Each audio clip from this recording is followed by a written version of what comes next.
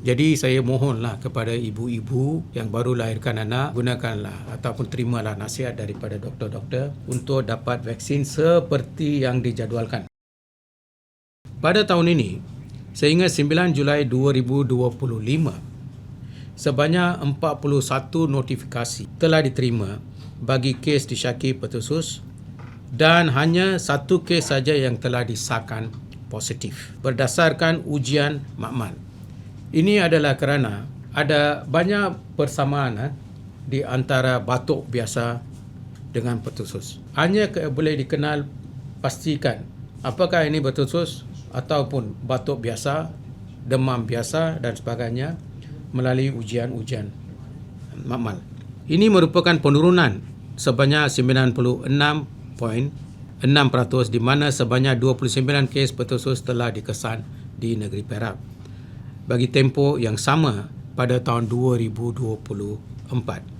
Kes ini merupakan bayi berumur 2 bulan yang baru saja menerima 1 dos vaksin DTP.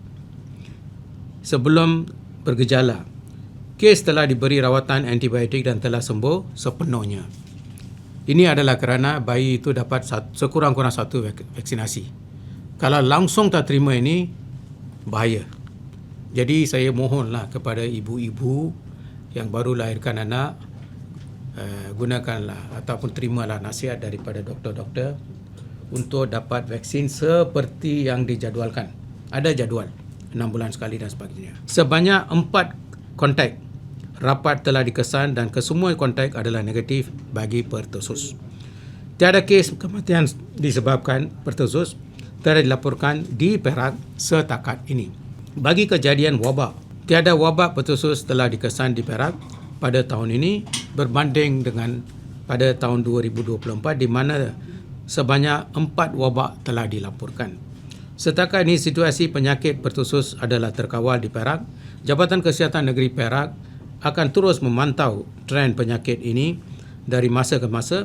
Keutamaan adalah untuk memastikan liputan pelalian pertusus di kalangan kanak-kanak adalah kekal melebihi 95% untuk memastikan golongan ini dilindungi daripada mendapat jangkitan ini. Ini adalah kerana kanak-kanak terutama bayi adalah kumpulan yang rentan kepada jangkitan pertusus. Jabatan Kesihatan Negeri Perak menasihati agar langkah-langkah pencegahan berikut sentiasa diamalkan.